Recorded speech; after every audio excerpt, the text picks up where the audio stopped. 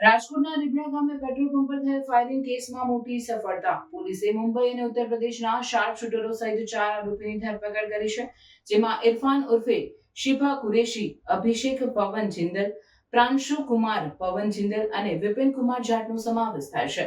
પોલીસે ઘટનામાં ઉપયોગમાં લેવાયેલું હથિયાર અને બાઇક પણ જપ્ત કર્યા છે. આરોપી વિપિન કુમાર જાટને ફાયરિંગ કરવા માટે 5 લાખ અને અન્ય 2 આરોપીને 1-1 લાખ આપવાનું નક્કી થયું હતું.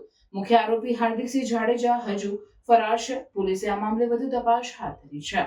ગઈ તારીખ 24/7/2025 ના રોજ ગોંડલ તાલુકા ના રીબડા ગામે જે પેટ્રોલ પંપ ઉપર 2 અજાણ્યા બુકાની દારૂએ ફાયરિંગ કરેલું, જેને શોધી કાઢવા તાત્કાલિક આ બાબતે રાજકોટ રેન્જ આઈજીપી શ્રી અશોકકુમાર યાદવ સાહેબ તેમજ રાજકોટ ગ્રામ્યના એસપી શ્રી હિમકરસિંહ સાહેબ તેમજ Dhoraji ASP IPS madam Simran madam દ્વારા માર્ગદર્શન આપવામાં આવેલું, જે અનુસંધાને એલસીબી વીવી વડોદરા તથા તેની ટીમ, એસઓજી પીઆઈ પારધી તથા તેની ટીમ, અમારા ગોંડલ તાલુકા પોલીસ સ્ટેશનના પીઆઈ પરમાર અને તેની ટીમ આ આરોપીઓની શોધખોળ તપાસમાં હોય.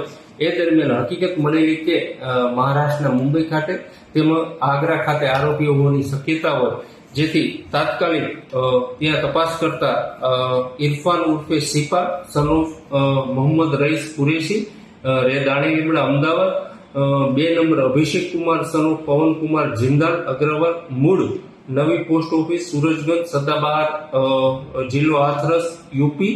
ત્રીજો પ્રાંશ કુમાર સન ઓફ પવન કુમાર જિંદાલ અગ્રવાલ, ઉવો 29, રે નવી પોસ્ટ ઓફિસ સુરજગંજ જિલ્લો હાથરસ.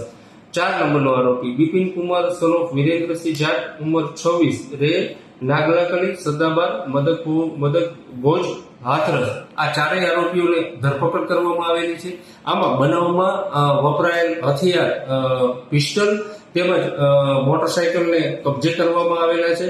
આ બાબતે વધારે વિગત જાણવા એવી મળેલી કે જે ઇરફાન ઉર્ફે શિફા, તેના વિરુદ્ધ 27 ગુના દાખલ થયેલા હોય અને તેના ઉપર પાછા પણ 2-3 વખત થઈ ગયેલી હોય. આ ઇરફાન અને હાર્દિકસિંહ સાબરમતી જેલ ખાતે હોય, જેઓ બંનેની ઓળખાણ થયેલી.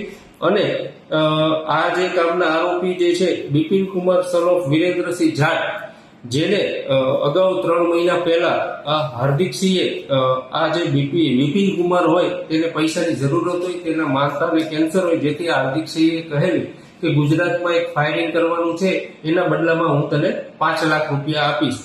આરોપી અભિષેક કુમાર પવન કુમાર જિંદલ અને પ્રાંશ કુમાર પવન કુમાર જિંદલ, આ બંને તેઓને હોટલ ખાતે મળેલા હોય અને તેની ઓળખાણ થયેલી, જેથી આખો આ પ્લાન હાર્દિકસિંહે રચેલો હોય.